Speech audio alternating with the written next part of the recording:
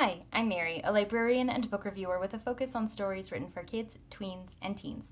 Today I get to share with you this book called The Ordinary Life of Jacominus Gainsborough by Rebecca Dautremé. This is the story of Jacominus. He is a bunny and he was born a little bit small, and when he was a little boy, he took a tumble that ended up making him have a hard time walking, running, and jumping for the rest of his life. And even though there are moments of challenge, he also managed to persevere and meet lots of great friends and have adventures along the way. And as he studied lots of languages and got older and had a family, he started to realize that life isn't necessarily what he expected, but there was a place for him in it, and he did what he could to settle into the life that fit him. And as he reached the sunset of his life, Jacominus thought back to all of the moments that made his life what it was, and realized that his life was just as perfect as it could have been. This is a really nostalgic picture book. It's definitely got some deeper themes or more resonant themes than you might find in traditional picture books for kids. It has been translated into English, but it still does have some French language worked into the narrative. Whenever that happens, it does have a translation for folks who may not be familiar with French. As you're going through the book, you see a couple of different types of illustrations. So there's kind of a back and forth in the way that the illustrations are designed. So you have one page that is focused on the illustration with a little bit of text, and then you have one page that's focused on the text with a little bit of illustration, and that pattern continues throughout the book. That helps you to navigate through time because this does go through Jacominus's life from beginning to end.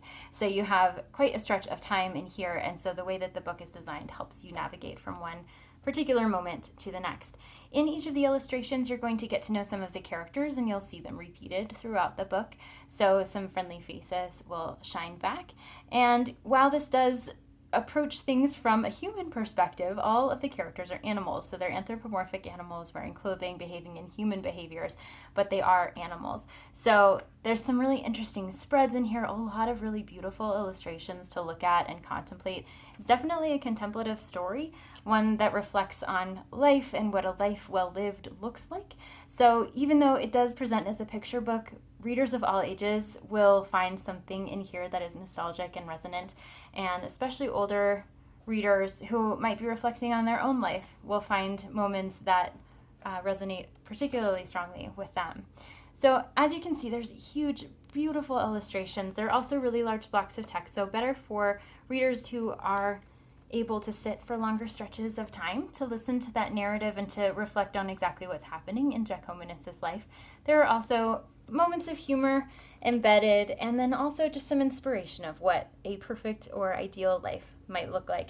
So everyone has something different that they bring to the table, some unique nature or behavior that makes them who they are.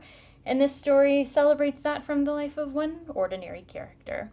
Definitely printed on some oversized pages, and a book that will invite a lot of read and rereading as you're finding more and more details from one read to the next.